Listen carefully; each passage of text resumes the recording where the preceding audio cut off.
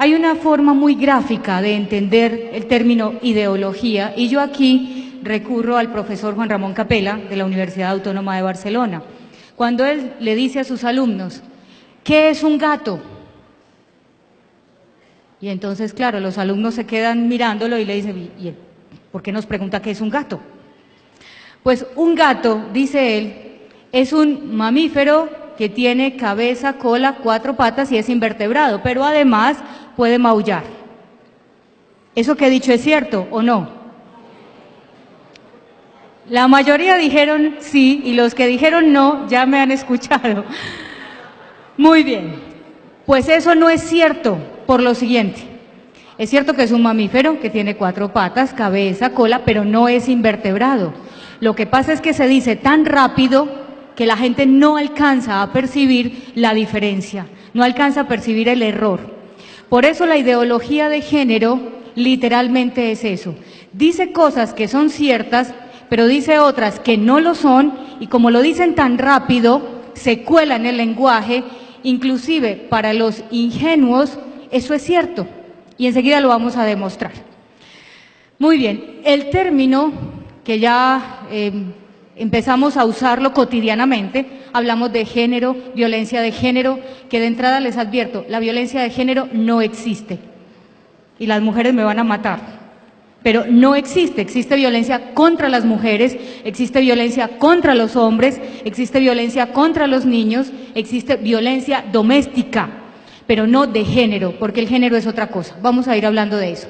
La palabra género empieza a utilizarse por primera vez en la historia con un médico de la Universidad Johns Hopkins de Baltimore en Estados Unidos. Este médico psiquiatra dice que todos los seres humanos nacemos neutros, es decir, que el género es una construcción que se hace y que no depende de las condiciones biológicas con las cuales cada uno nace, con lo cual él pretende demostrar su teoría. Si el videobim nos da imagen, les voy a mostrar adelante quién es el doctor John Money, por lo menos para que tengan el referente visual. Ahora, lo que ocurre es lo siguiente, él necesitaba un par de hermanos para poder demostrar su teoría. ¿Cuál era su teoría? Que como hombres y mujeres nacemos neutros, pues entonces la sociedad es la que va a marcar si somos hombres o mujeres, y en esa medida entonces si yo crío a un niño como niña sin que él se entere y sin que nadie se lo diga, ese muchachito se va a comportar como niña. Y el niño que yo crío como varón se va a comportar como varón.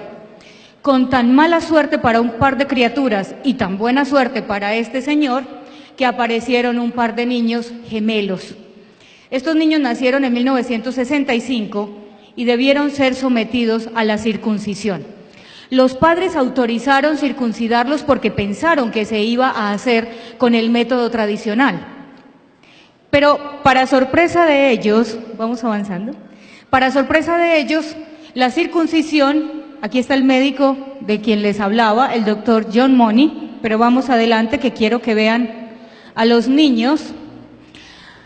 Estos niños no fueron sometidos a la circuncisión por el método tradicional, sino que se utilizó corriente eléctrica. Resulta que uno de los niños, Bruce, resultó quemado. Entonces, obviamente, hizo necrosis y como consecuencia necesitaron amputar genitales. Entonces, los padres, allí está la madre con el par de bebés, habían visto en la televisión al doctor John Money decir que todos nacemos neutros y que depende cómo criemos a unos o a otros, nos vamos a convertir en eso. Entonces, fueron a visitarlos, ellos son de Canadá, fueron hasta Estados Unidos, hablaron con este médico y este señor lo que les dijo es, vamos a hacer una vagina rústica para Bruce, pues para que no tenga problemas en la eliminación, pero vamos a tratarlo como niña. Vamos a cambiar el registro civil de nacimiento y nos vamos a encargar de que absolutamente nadie sepa que Bruce es un niño, ni su hermano ni su familia. Como todos los bebés se parecen cuando nacen, y salvo que uno les quite la ropita, sabe si es un niño o es una niña, pues entonces lo que le dijeron a su familia, abuelos, tíos, era que se habían equivocado, que realmente era una niña, pero que había sido un despiste. A partir de ese momento, Bruce cambia su nombre y se convierte en Brenda y empieza a ser tratado como niña. Entonces crecen el par de hermanos, uno como niño y el otro como niña. Aquí está Brenda, porque realmente la niña, que es un niño genéticamente, empieza a tratar de comportarse como niña sin lograrlo. Odia las Barbies, no le gusta que le pongan vestidos, no le gusta jugar con muñecas, es demasiado brusca realmente y además tiene unas depresiones fuertes porque ella quiere jugar con los juguetes de su hermano y quiere jugar y comportarse como su hermano. Nadie le ha dicho que ella es un niño. Llega a la edad de adolescencia, el médico permanentemente está monitoreando al par de hermanos para confirmar que efectivamente se comporten como varón y hembra. Con tan mala suerte para este médico que no lo logra.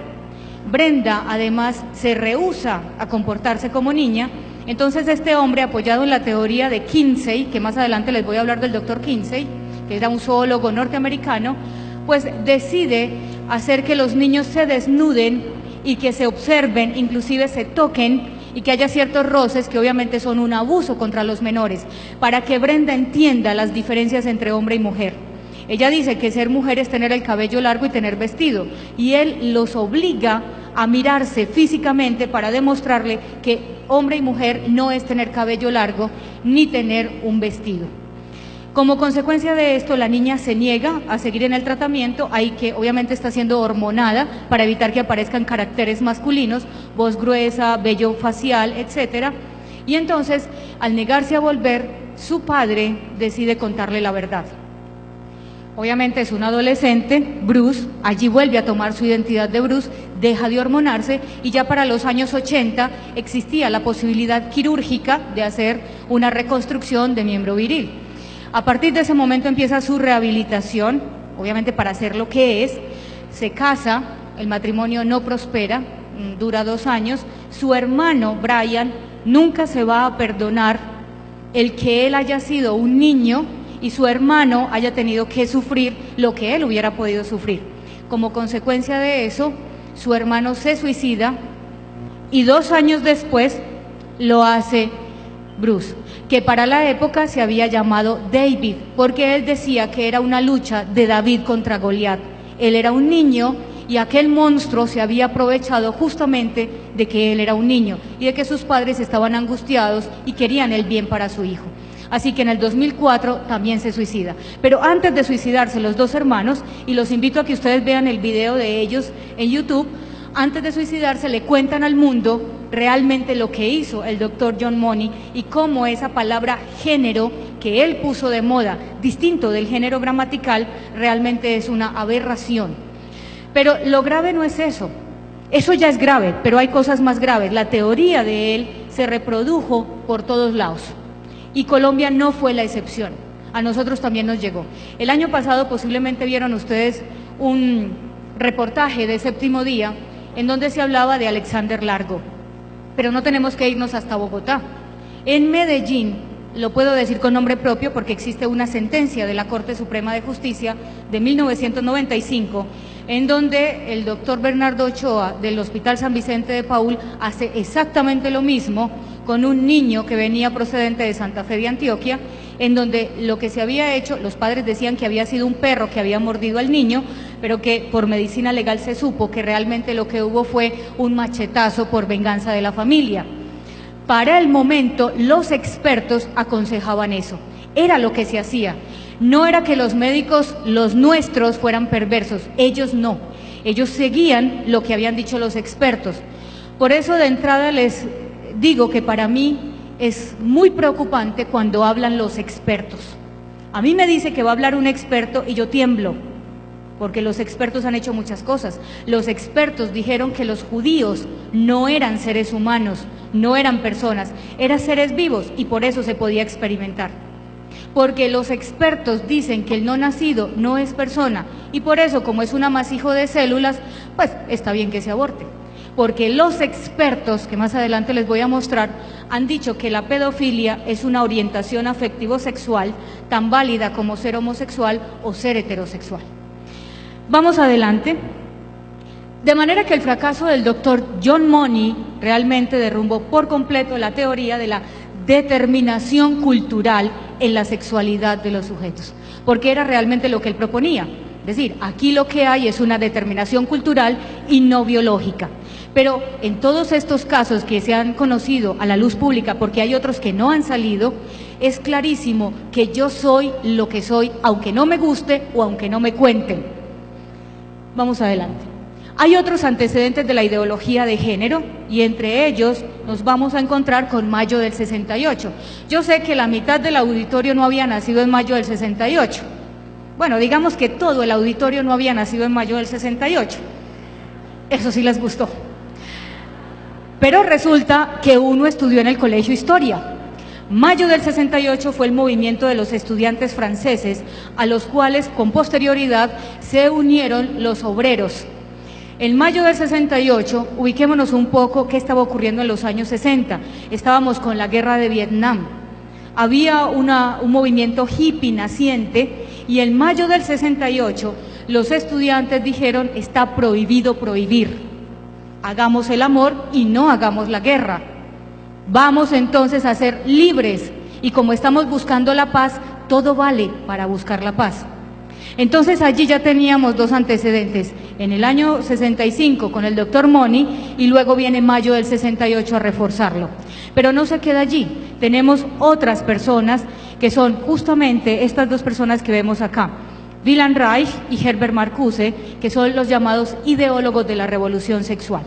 Y este par de personajes lo que decían es que el marxismo, ellos se apoyan en la tesis de Marx, de Engels y de Freud. Y lo que dicen es lo siguiente: el marxismo fracasó porque el marxismo lo que buscaba era evitar la lucha de clases entre burgueses y obreros, y esa lucha de clases debía haberse terminado si eliminábamos la propiedad privada y si eliminábamos la religión.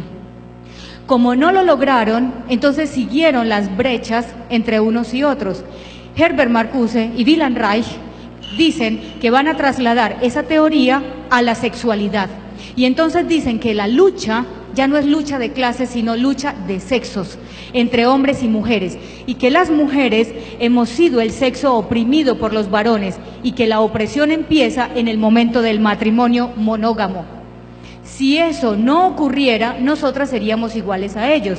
Y que una manera también de lograr esa igualdad es justamente liberándonos sexualmente. Que las mujeres puedan tener relaciones sexuales con quien quiera, cuando quiera y como quiera, separándola completamente de la procreación. Porque así como los hombres tienen placer, las mujeres también tenemos derecho a ello. Y en consecuencia, cuando estamos en prohibido prohibir, y como venimos hablando de género, pues entonces la liberación sexual es una realidad y sería el paso fundamental para hacernos realmente iguales a los hombres. Vamos adelante. Aparecen también los estructuralistas de Jacques Derrida y Michel Foucault, dos de los grandes representantes franceses de los años 80. Ellos promueven algo que se llama la deconstrucción. Entonces, la deconstrucción de la realidad. Y ellos parten de lo siguiente: no existen los objetos y no existen los sujetos, sino que yo los voy creando a partir del lenguaje. Por lo tanto, estas no son flores, aunque todos vean flores, porque yo puedo decir que son, por ejemplo, calcetines. Luego, la realidad no existe y yo la construyo. Y las sociedades son las que van dando el contenido semántico a las palabras. Y en la medida en que la sociedad cambie, pues también las cosas cambian y el sentido de las palabras. Esta teoría se pasa a la sexualidad y en consecuencia no existen hombres y no existen mujeres. Todo depende de quién los nombre. La realidad no existe, sino que yo me la puedo inventar y la puedo inventar a partir del lenguaje. Vamos adelante. Simone de Beauvoir, amada por muchos y odiado por otros tantos, Simone de Beauvoir fue la amante de Jean-Paul Sartre, el filósofo francés. Simone de Beauvoir es muy famosa con una obra que se llama El segundo sexo. Simone de Beauvoir dice: no naces mujer, te haces mujer. No naces varón, te haces varón. Y además, la mujer casada es una esclava. Vamos adelante.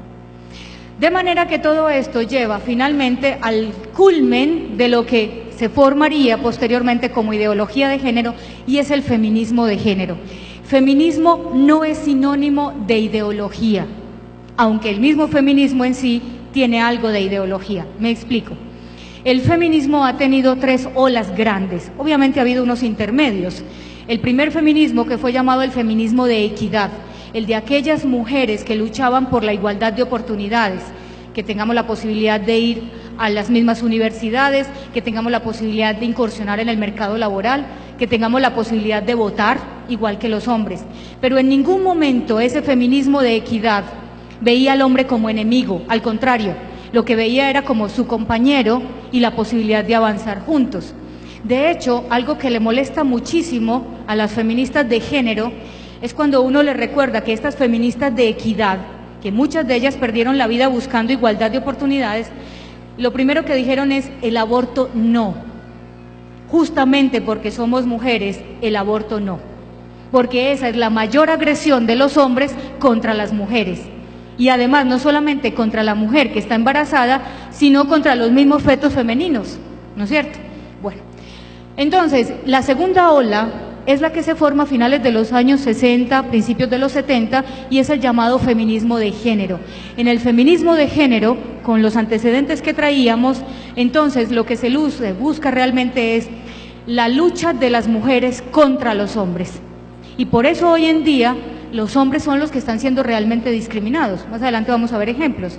Entonces, como consecuencia de esto, el feminismo de género dice que las anteriores realmente fueron, me perdonan la expresión, bobas, porque se dejaron manipular de los hombres, porque realmente hicieron lo que ellos querían y no lo que ellas decidían. Y la tercera ola del feminismo, que es en la cual estamos algunas, yo me inscribo en la última, es la de la reivindicación. La reivindicación es igualdad de oportunidades, no mirar al hombre como el enemigo, sino como el compañero, el coequipero, pero además la posibilidad de compaginar la maternidad con lo profesional, con la actividad profesional y laboral, no excluirla. La ideología de género, en cambio, lo que busca es alejar a las mujeres de la maternidad y decirles eso es malo, la mujer que se embaraza es bruta y además sigue aumentando los cordones de dominación. Vamos adelante. El término ideología de género o feminismo de género se lo debemos a Christina Hope Sommers. Tiene un libro que se llama ¿Quién se robó el feminismo? Y en ese libro ella habla de feminismo de género para diferenciarlo del feminismo de equidad. Entonces, Christina Hope Sommers hace la diferencia entre el feminismo de equidad y el feminismo de género. Y ella dice lo siguiente: el objetivo del feminismo de equidad es la igualdad entre el hombre y la mujer, conseguir esas oportunidades laborales, económicas, de todo nivel, político y sociales. Mientras que el feminismo de género lo que busca es desaparecer la propia diferencia de los sexos. Entonces, en el feminismo de género ya no vamos a hablar de hombres y mujeres, sino que hablamos de género. Y el género yo me lo construyo. Vamos adelante. ¿Qué es entonces el género? Y lo vamos a ver de la mano de las autoras de género más representativas. Vamos adelante. Aquí está Judith Butler, una de las mujeres más importantes en este momento en Estados Unidos, al lado de otras, pero Judith Butler y Heidi Harman, que la vamos a conocer más adelante. Judith Butler hace textualmente la siguiente referencia: el género es una construcción cultural, por consiguiente no es ni resultado causal del sexo, ni tan aparentemente fijo como el sexo. El género es una construcción radicalmente diferente del sexo. Por eso, mis queridos amigos, y no se sientan ofendidas las mujeres, porque yo no hablo de ellas y ellos, yo hablo de ellos porque el auditorio es múltiple, pues resulta que por eso decir violencia de género y uno imaginarse que son mujeres es mentira, porque los hombres también son víctimas de violencia. Y de hecho, déjenme contarles que desde mi experiencia en el derecho puedo asegurarles que cuando una mujer agrede a un hombre es 3 veces más violenta y más agresiva que un hombre. Pero los hombres no se atreven a denunciar, salvo el caso que tuvimos alguna vez en el consultorio jurídico, que fue un señor que llegó con un planchazo en la cara. Obviamente lo desfiguraron. Y claro, lo conocimos realmente porque la señora parece como si fuera la víctima. Cuando veo al señor y le veo la marca de la plancha en la cara, supe quién era realmente la víctima. Bueno, De manera que hombre y masculino podrían significar tanto un cuerpo de varón como un cuerpo de mujer. Femenino y mujer o femenina, pues significaría tanto una mujer como un hombre. Eso es lo que dice Judith Butler. Vamos adelante.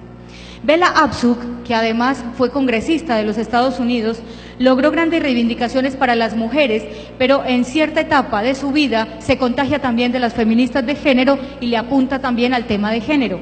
Y ella considera que género ahora se diferencia de la palabra sexo, para expresar la realidad de que la situación y los roles de la mujer y del hombre son construcciones sociales sujetas a cambio. Claro, si yo hablo de roles, el rol es algo que yo puedo cambiar. En una representación de teatro yo hago el rol de buena y luego hago el rol de malo. Por eso yo no puedo decir que María tiene el rol de mujer y que Pedro tiene el rol de varón, porque eso significa que son intercambiables. Luego María querrá tener el rol de Juan y Pedro el rol de María. Vamos adelante. Shulamit Firestone, que además fue muy famosa en los años 70 y además es una gran amiga y gran aliada, gracias, del incesto. Ella promueve el incesto, le parece que está muy bien, que de hecho nosotros somos los que estamos mal, porque el incesto no tiene ningún problema.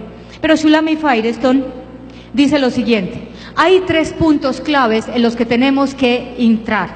Primero, la absoluta revolución sexual de clases, no solamente a través de la eliminación del privilegio masculino, sino eliminando la misma distinción del sexo. Eso sería lo máximo. Segundo, el absoluto control de la reproducción de la mujer. ¿Se les hace familiar aquel eslogan, mi cuerpo es mío y yo decido? Claro, mi cuerpo es mío y yo decido. Sí, pero no. Porque si yo voy, ahora vi que aquí hay médicos y además está Nubia, que además me alegra verte después de tantos años y de tantas luchas juntas, que nos digan nosotros. Si yo voy al médico y le digo, córteme la pierna y me la pone de penacho en la cabeza, porque mi cuerpo es mío, libre desarrollo de la personalidad, gravísimo ese libre desarrollo de la personalidad, además, el médico seguramente no lo va a hacer. Entonces, ¿por qué el médico, si no hace eso con mi cuerpo, por qué cuando yo voy y le digo, voy a abortar, el médico dice sí? Si es que ya no es solo mi cuerpo, es que allí hay un tú en ti. Y eso es fácil saberlo. Inclusive antes de que uno se entere que está en embarazo, una prueba de sangre, una prueba de orina y además algo más sofisticado, a lo que los invito a leer, la doctora Natalia López Moratalla, doctora en bioquímica de la Universidad de Navarra. Natalia López Moratalla muestra cómo en el cerebro ya hay una alerta cuando una mujer está embarazada, antes de que ella misma se entere. De manera que es clarísimo, y si todavía quedan dudas, si yo hago una prueba de ADN, ese ADN es completamente distinto al de la mamá y el papá. De manera que es clarísimo que allí hay un otro. Entonces no es cierto que yo sobre mi cuerpo hago todo lo que quiera, no es cierto. Muy bien, la total liberación sexual, porque para ella es muy importante la liberación sexual, de hecho es de la corriente de la revolución sexual que proponían Wilhelm Reich y Herbert Marcuse. Incluye el derecho absoluto del individuo a tener relaciones sexuales con otros individuos, sin importar la edad, es decir, pedofilia, el número de personas, el estado civil o las relaciones familiares, incesto o de género. Vamos adelante. De manera que por lo menos si esta frase se les queda, yo quedo ya contenta. Género no es igual a sexo, son 2 cosas completamente distintas. Hay unos elementos constitutivos de género que plantea el doctor Jorge Escala. Primero, no tiene ninguna relación con el sexo. Ya vimos que las mismas ideólogas de género lo han dicho, género no tiene nada que ver con sexo. Segundo, es una construcción cultural, social y de la razón humana, con lo cual yo me puedo inventar mi género. Hoy soy mujer, mañana soy hombre, pasado mañana soy pansexual, más adelante soy neutra, más adelante soy drag king o drag queen o lo que quiera que sea. Veo unas caras de sorpresa. Mis estimados, tenemos identificados más de 20 géneros y siguen sumando. Por eso cuando uno encuentra un formulario donde le dicen género y le ponen hombre, mujer, de entrada uno diría, yo no tengo género. Yo tengo sexo femenino o masculino, porque si vamos a ser incluyente, pues pónganme los 20 géneros y que sigan sumando. Bueno, tercero, esa construcción no tiene límites de ningún tipo, es decir, se realiza con autonomía absoluta. Y finalmente, el género es tan decisivo que crea la propia naturaleza, porque justamente viene con los antecedentes que ya veíamos. Aquí está la persona que identificó los más de 20 géneros porque está buscando ser incluyentes. Ahora tenemos un serio problema desde el punto de vista jurídico, político y luego se ve reflejado en lo jurídico. Y es que queremos ser muy incluyentes y no discriminar. Y realmente lo que estamos siendo es excluyentes y discriminando. Entonces, esta mujer que defiende los derechos humanos en Australia ha identificado 20 géneros y sigue sumando. Vamos adelante y les voy a contar cuáles son. Transgénero, transexual, intersexual, andrógeno, agénero, crossdresser, drag king, drag queen, gender fluid, genderqueer, intergender, neutro, pansexual, pangénero, tercer sexo. Pero además, ella menciona que entre los aborígenes australianos y los nativos de las islas Torres Strait están los sister girl y los brother boy. En la diapositiva hay un ejemplo de los sister girl. ¿Qué dice ellos? Si ellos tienen relaciones sexuales, siendo un sister girl, o sea, un hombre-mujer, un hombre que se cree mujer, y tiene relaciones sexuales con un varón, allí no es homosexual, eso está muy bien. Si tiene relaciones con una mujer, está muy bien, pero si tiene relaciones con otro de ellos, entonces es homosexual y no vale. Vamos adelante. Pero además, el primer neutro jurídicamente reconocido en la historia de la humanidad. Norrie Welby es un hombre. Cuando tenía 28 años decidió cambiarse de fisonomía.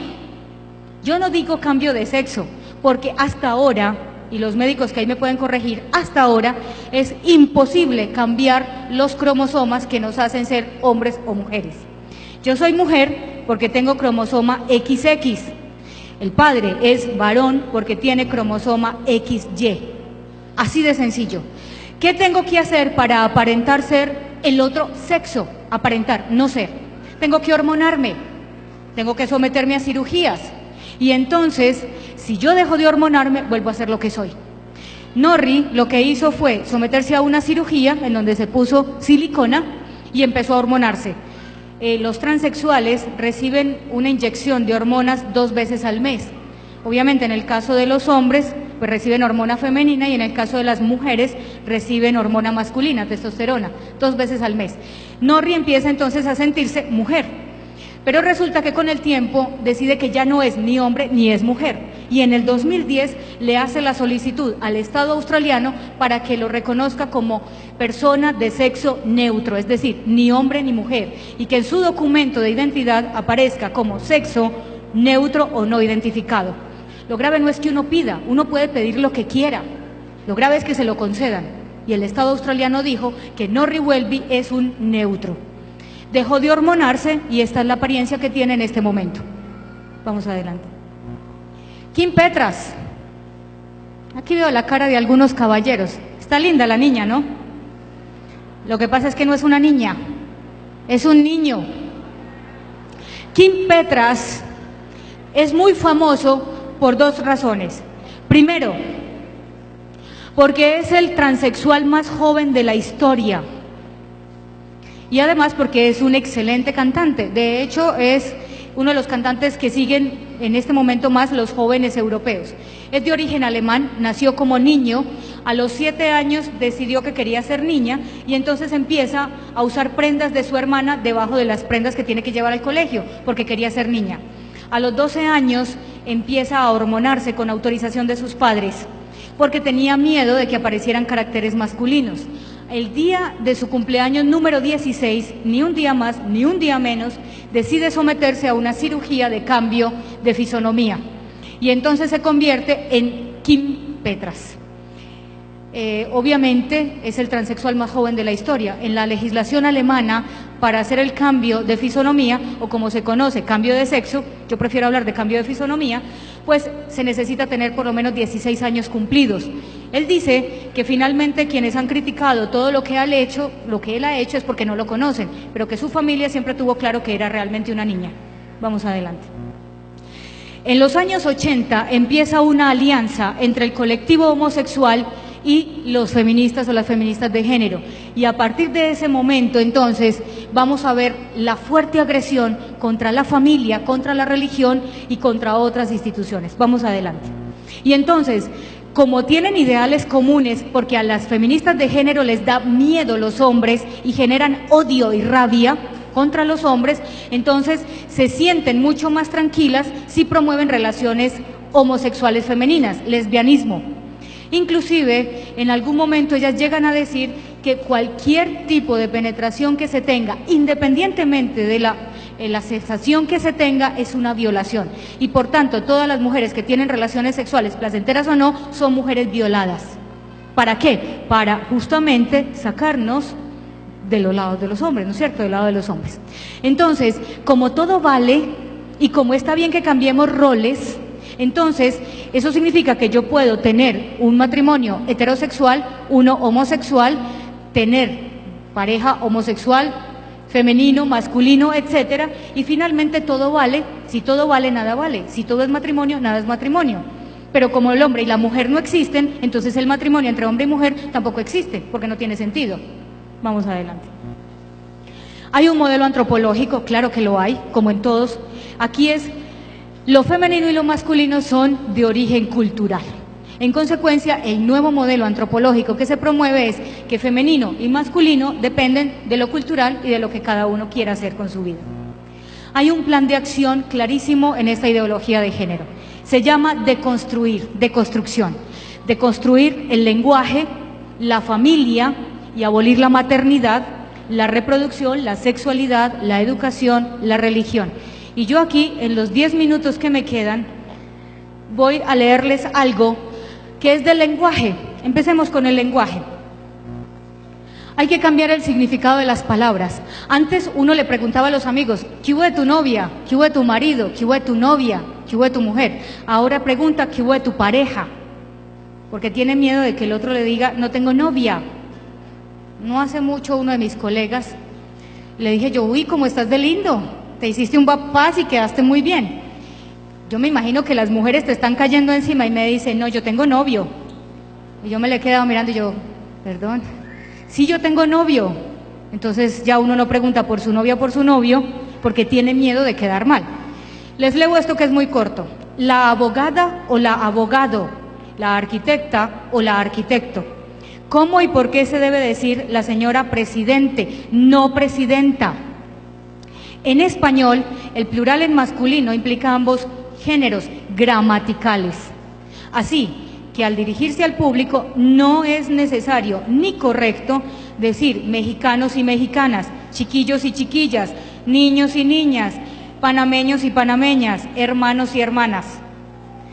Hoy en día, otros ignorantes políticos y comunicadores continúan con el error. Decir ambos géneros es correcto solo cuando el masculino y el femenino son palabras diferentes. Por ejemplo, mujeres y hombres, toros y vacas, damas y caballeros. Ahora viene lo bueno, detallito lingüístico, presidente o presidenta. Aprendamos bien el español de una vez por todas. En español existen los principios activos como derivados verbales, como por ejemplo, el participio activo del verbo atacar es atacante, el de sufrir es sufriente, el de cantar es cantante, el de existir, existente. ¿Cuál es el participio activo del verbo ser? El participio activo del verbo ser es ente, el que es el ente, tiene entidad. Por esta razón, cuando queremos nombrar a la persona que denota capacidad de ejercer la acción que expresa el verbo, se le agrega la terminación ente. Por lo tanto, a la persona que preside se le dice presidente, no presidenta, independientemente de su género. Por lo tanto, se dice capilla ardiente, no ardienta, se dice estudiante, no estudianta, se dice adolescente, no adolescenta, se dice paciente, no pacienta, se dice comerciante, no comercianta. La señora Cristina Fernández de Kirchner, para aquellos que andan atrasados de noticias, es la actual presidente de Argentina. Aquí no solo se hace un mal uso del lenguaje por motivos ideológicos, sino por ignorancia de la gramática de la lengua española. Y ahora en Venezuela, con el socialismo, también el presidente que tienen hace uso de estas barbaridades. Un mal ejemplo sería: la pacienta era una estudianta adolescenta, sufrienta, representanta e integranta independiente de las cantantas, y también atacanta, y la velaron en la capilla ardienta, ahí existenta. Qué mal suena ahora, ¿no?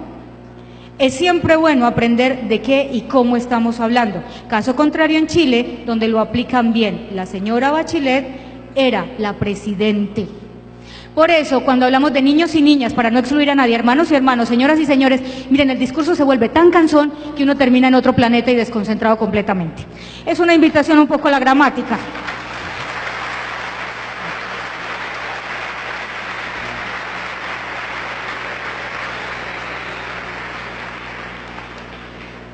Ahora, Alison Jagger, yo espero que a partir de este momento tengan dos cosas clave.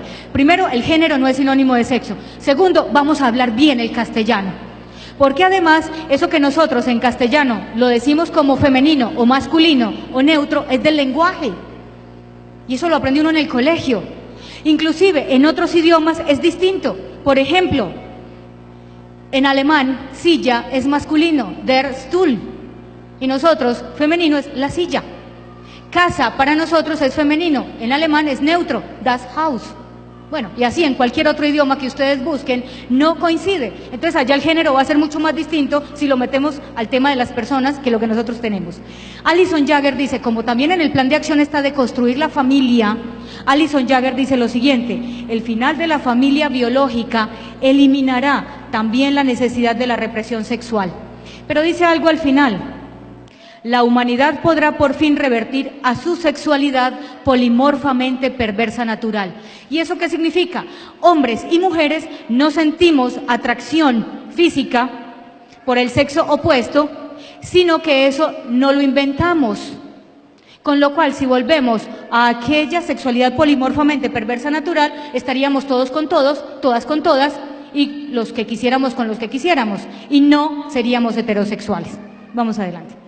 Como hay que deconstruir la familia, las feministas de género dicen lo siguiente: la familia condiciona socialmente a los hijos para que se acepten la familia y el matrimonio y la maternidad como algo natural. Por eso vienen todos los ataques contra la familia. Por eso ahora cuando alguien se va a casar le dice, uy, mis condolencias. Cuando antes uno se iba a casar y decía, bendito sea mi Dios, muchas bendiciones, qué emoción, ahora es mis condolencias. Oye, tía, ¿vos qué te pasó? ¿Te cansaste de vivir? Bueno. Entonces hay que hablar mal del matrimonio, hay que hablar mal de la familia, porque eso nos va a permitir, si no hay matrimonio, si no hay familia, si no hay Dios, yo hago con ustedes lo que quiera, son títeres del sistema. Vamos adelante. El fin del tabú del incesto y la abolición de la familia tendrá como efectos la liberación sexual. Claro, si yo no tengo un papá y una mamá que me estén guiando, si yo no veo el modelo de familia, todo vale. Y si todo vale, ¿quién me va a decir que no haga lo que hago? Si todo vale. Heidi Hartman dice que en sociedades más imaginativas la reproducción biológica podría asegurarse con otras técnicas y por eso vemos entonces la proliferación de centros de reproducción asistida. Y entonces, si somos muchos en el planeta, como dicen los poblacionistas, que nos vamos a caer del planeta porque no cabemos, o los ambientalistas, que somos tantos que estamos dañando el planeta, entonces, ¿por qué técnicas de reproducción asistida? Deberíamos agradecer a las personas que no pueden tener hijos naturalmente. Pero entonces, aborto para estrato 3, 2 y 1, y menos 1 y menos 0, y técnicas de reproducción asistida, estrato 4, 5, 6 y demás. Porque si yo puedo comprar un hijo, puedo comprarlo todo. Vamos adelante. Aquí está Heidi Hartman, se las presento. Vamos adelante. Hay que abolir la maternidad, porque eso es malo. La maternidad esclaviza a las mujeres y si queremos ser iguales a los hombres, pues tenemos que eliminar lo que nos hace diferentes, que es justamente la posibilidad de tener hijos. Y entonces dicen que las mujeres, al igual que los hombres, no deberían dar a luz. Y algo reciente es que la doctora Anand Mahor, que es de una universidad inglesa, dice lo siguiente: el embarazo y el parto son tan dolorosos, arriesgados y socialmente restrictivos para las mujeres que los fondos públicos con urgencia deben ser dirigidos al desarrollo de úteros artificiales. Esta es la única manera de lograr la verdadera igualdad entre hombres y mujeres. Y así las cargas de la reproducción se reparten. Es cierto que la maternidad es dolorosa. Es cierto, físicamente, para algunas mujeres emocionalmente. Es cierto que cuando una mujer está en embarazo, desafortunadamente, en una cultura de muerte, todo el mundo, en lugar de protegerla, la hostiga. Por eso la invitación de nosotros es justamente a proteger a esas mujeres, porque cuando una mujer se siente respaldada, nunca va a abortar. Sea como sea, haya sido la concepción de esa criatura, nunca va a buscar abortar. Pero entonces, espero que ustedes no lo hayan vivido. En mi época, para conseguir trabajo, me pidieron prueba de embarazo. Me negaron la posibilidad de trabajar en un bufete muy famoso de la ciudad porque era mujer. Y me lo dijeron de frente. Las mujeres se pueden embarazar. Significa, en aquel entonces, 84 días de licencia de maternidad que te tenemos que pagar. Y este bufete se mueve mucho. Necesitamos hombres. Como Dios no se queda con nada de nadie, hoy en día, quien está a cargo del bufete es la hija de aquel que me negó empleo. Y para acabar de ajustar, esa muchachita fue alumna mía, pero yo no sabía que era la hija de él. Y en un aeropuerto nos encontramos y, oh sorpresa, le dije yo, tú eres la hija de él. Doctor, ¿se acuerda de mí? Aquella mujer a la que usted le dijo que no necesitaba mujeres porque se podían embarazar. Me alegro mucho que haya replanteado su posición. Muy bien, vamos adelante.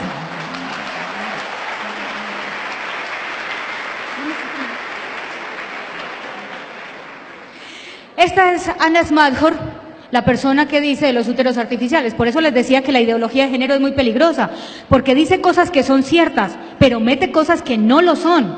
Y es justamente allí donde viene el peligro. Esta es la mujer que está promoviendo que con dineros públicos se creen úteros artificiales. Si no lo han leído, se los recomiendo para vacaciones. Se llama Un Mundo Feliz de Aldous Huxley. Un mundo feliz. Y allí se crean estos úteros artificiales, son máquinas que van a tener temperatura del cuerpo, van a tener líquidos y nutrientes. Y en un computador, déjenme decirle que esto ya no es ciencia ficción, ya nacieron los primeros ratones, es decir, mamíferos igual a nosotros, nacieron vivos. Igual que le dicen a uno cuando está en embarazo, sobe la barriguita, ábrele al bebé, póngale música, no sé qué, pues lo van a hacer allí. Claro, imagínense ustedes, ya nacieron ratones, yo no sé qué va a pasar con los humanos. La ciencia ficción no existe. Cuando el ser humano nombra algo, ya lo creó. Vamos adelante. Es una aliada, la ideología de género del informe Kissinger, que es horaria para otra conferencia, y aquí me van a matar porque pedí 5 minutos, de los cuales creo que ya van 2. Cambiar los roles de género a fin de reducir la fertilidad. En el informe Kissinger, rápidamente, es un informe que se hace en los años 70, en 1974, por parte de los Estados Unidos, para mirar cómo se va a controlar la natalidad de las poblaciones que están en vías de desarrollo. Nosotros, Colombia, aparece textualmente como un país de alta prioridad para ellos, porque nos reproducimos muchísimo, ubiquémonos en los años 70. Entonces hay que bajar esa población. Y si es necesario, hay que cambiar los roles de género, es decir, que las mujeres les estimulemos para que quieran a otras mujeres y a los varones a otros varones, porque así no va a haber posibilidad de que haya más nacimientos. Vamos adelante. Una estrategia apropiada y viable del derecho al aborto, porque ahora hablamos de derecho, de entrada les digo, aunque ustedes oigan hablar de derecho al aborto, aunque escuchen al magistrado Humberto Sierra Porto, que además es el candidato del gobierno de Colombia para ser parte de la Comisión Interamericana de Derechos Humanos, aunque lo oigan decir que existe el derecho humano fundamental al aborto, no le crean. Y no le crean por una razón, porque es mentira, porque él lo sabe, pero obviamente está imbuido en la ideología de género. Porque además Estrasburgo ha dicho que el derecho al aborto no existe. El Tribunal de Estrasburgo es el Tribunal Europeo de Derechos Humanos más importante del mundo. Y ha dicho recientemente que el derecho al aborto no existe. Existe el derecho a la vida. Otra cosa es que las políticas de los distintos estados aumentar la natalidad, y en esa medida es autónomo el Estado de prohibir el aborto, o disminuir la natalidad y en esa medida promueve el aborto. De hecho, Rusia, que fue el primer país en donde jurídicamente se aprobó el aborto, en este momento está generando políticas restrictivas porque necesitan subir la natalidad. En China, donde solamente se permite tener un hijo, salvo que sean gemelos o que el primer hijo haya sido mujer, Allí, si yo quedo en embarazo y tengo otra niña, necesariamente viene la policía del Estado y me obliga a abortar. Así están las cosas en China. Y en este momento faltan 100 millones de mujeres chinas. O sea, mis queridas, que si en unos 20 años están solteras, allá hay un montón de muchachos chinos. Vamos adelante. Vamos adelante. Please phone.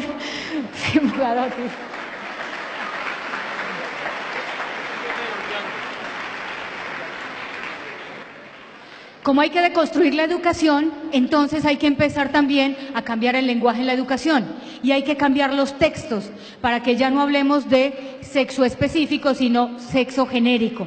Aquí está la persona que está promoviendo esto desde las Naciones Unidas.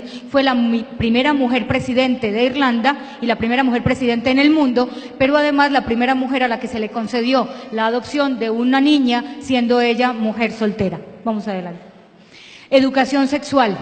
Y con esto voy redondeando porque ya sé que el tiempo apremia. Uno de los derechos esenciales de los niños es el de expresarse a sí mismos sexualmente, probablemente entre ellos en un principio, pero también con adultos. Por eso ahora vemos los famosos programas de educación sexual del gobierno, que realmente son educación para la genitalidad y poco de sexualidad realmente. Pero aquí está el creador de esta idea, Kinsey. Vamos adelante. Kinsey afirma, está comprobado que los contactos humanos con animales de otras especies han sido conocidos desde los albores de la historia y no son infrecuentes en nuestra propia cultura, por lo que hay que considerarlos como naturales. Vamos adelante. Según Kinsey, los niños son sexuales desde el nacimiento y por tanto son capaces de tener relaciones sexuales a cualquier edad y merecedores de ellas como los adultos, y la sociedad debería reflejarlo alterando sus códigos morales. O sea, somos nosotros los que estamos equivocados. Pero además, el año pasado en el Canadá se reunieron los parlamentarios y pidieron la opinión de 2 expertos, este es uno de ellos, luego vamos a ver el otro, para decirles, ellos querían aumentar las penas para los pedófilos y se encontraron con una gran sorpresa. Los expertos han dicho lo siguiente: la pedofilia es una orientación sexual. Este es un profesor de la Escuela de Psicoeducación de la Universidad de Montreal, lo dijo él y lo dijo esta otra persona, con la siguiente expresión: los pedófilos no son simplemente personas que cada tanto cometen un pequeño delito, sino que más bien están aferrándose a lo que es equivalente a una orientación sexual, así como otro individuo puede estar aferrándose a la heterosexualidad o inclusive a la homosexualidad. Y además, el mismo año pasado se reúne una organización que se llama Before You Act, antes de que actúe, y dijo lo siguiente: las personas con atracción por los menores de edad podrían involucrarse en una revisión de la clasificación de la APA, que es la Asociación de Psiquiatría Americana, la que dijo que ser homosexual es una orientación afectivo-sexual. Porque los pedófilos son injustamente estigmatizados y demonizados por la sociedad, y los niños no son inherentemente incapaces de dar su consentimiento para tener sexo con un adulto. Entonces, ¿cuál es el escándalo con la pedofilia? Si eso es una orientación afectivo-sexual tan válida. Miren lo grave de la ideología de género. Hay que deconstruir la religión. Yo sé que aquí en el auditorio hay diáconos, seminaristas, religiosas, mucho cuidado, sobre todo a las mujeres de comunidades religiosas, porque empieza a metérseles en los conventos el tema de teología de género. Digan no, teología de género es eso. Es reinterpretar la Biblia, decir que la religión fue creada por hombres para oprimir a las mujeres, que no existe Dios, sino la diosa Padre Madre. Hay que reescribir las escrituras, porque no fueron escritas ni mandadas por Dios, sino escritas por unos cuantos hombres que se hicieron llamar apóstoles de Dios. Y que por tanto, nosotras mujeres reprimidas, así apabulladas, sobre todo mujeres religiosas, que no se les permite ser sacerdotes, que en este caso sería sacerdotisas, en la teología de género hay que liberarnos del yugo masculino. Pero además, ojo, si se encuentran un grupo que se llama Católicas por el Derecho a Decidir, ni son católicas. De hecho, la fundadora es una exmonja, luego divorciada, con un ex jesuita expulsado de la comunidad, que pretendía ser nombrada obispa en la Catedral de San Patricio de Nueva York. Y ellas, con Biblia en mano, le dicen a uno, el aborto estaba permitido desde los tiempos inmemorables, pero son los hombres de la iglesia machistas los que no han sabido interpretar las escrituras y por eso nos obligan a las mujeres a cargar con un embarazo y por eso no quieren que los hombres se casen si son sacerdotes y por eso no quieren que las mujeres se ordenen. Esas son católicas por el derecho a decidir. Vamos adelante, para ir terminando. ¿Cómo se propaga? Con el transbordo ideológico inadvertido. Si yo empiezo a que las niñas se vistan con prendas neutras, igual los niños, a que empecemos a hablar de género, empecemos a hablar de cosas que no son y a que creamos que eso es la realidad y además lo adorno con colores, yo en el inconsciente voy generando el caldo de cultivo para eso.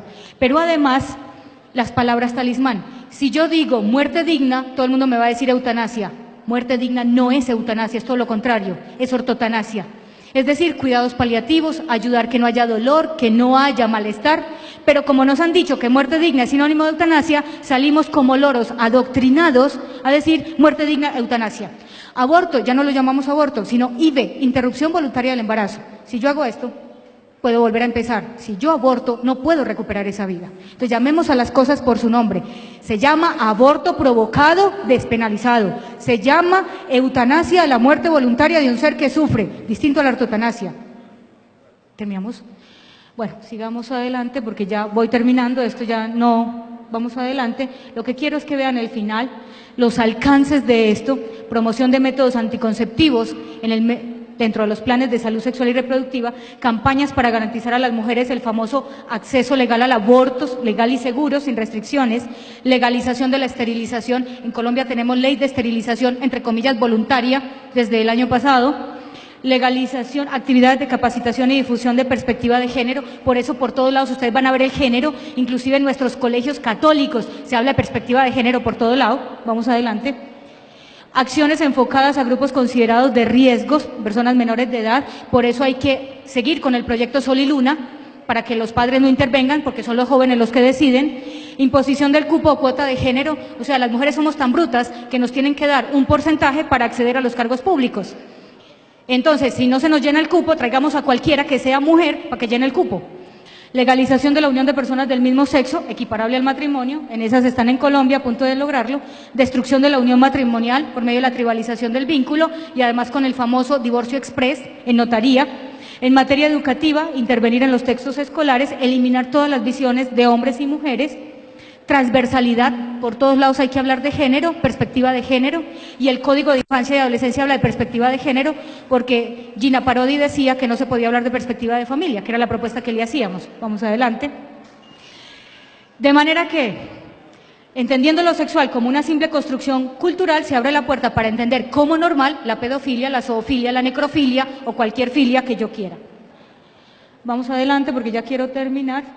Se vulneran realmente verdaderos derechos a la libertad de los padres a elegir la educación de sus hijos, porque ahora tendrá que ser todo como lo diga el gobierno, a la libertad de religión y de expresión, porque entonces yo no puedo decir lo que pienso porque puedo ser tildado de homófobo, pero además a la objeción de conciencia, sobre todo para el personal sanitario. Y aquí, para terminar, el feminismo de género en carne y hueso. Se llama Andrés Pellic y es considerado como el It Boy Girl, algo así como el chico marca tendencias. Es un hombre que sirve tanto como modelo masculino como femenino, es de Bosnia, ahora promueve unos sujetadores en una cadena holandesa muy famosa para aquellas mujeres que no tienen mucho seno y obviamente fue considerado entre las 100 mujeres más bellas del mundo, ocupó el puesto 98 y es un hombre. Y aquí está luciendo un exclusivo modelo de Jean-Paul Gaultier.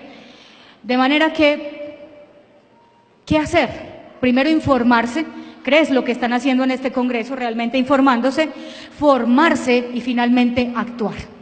Muchas gracias por su paciencia, a los organizadores, qué pena por la extensión y a quien me sigue.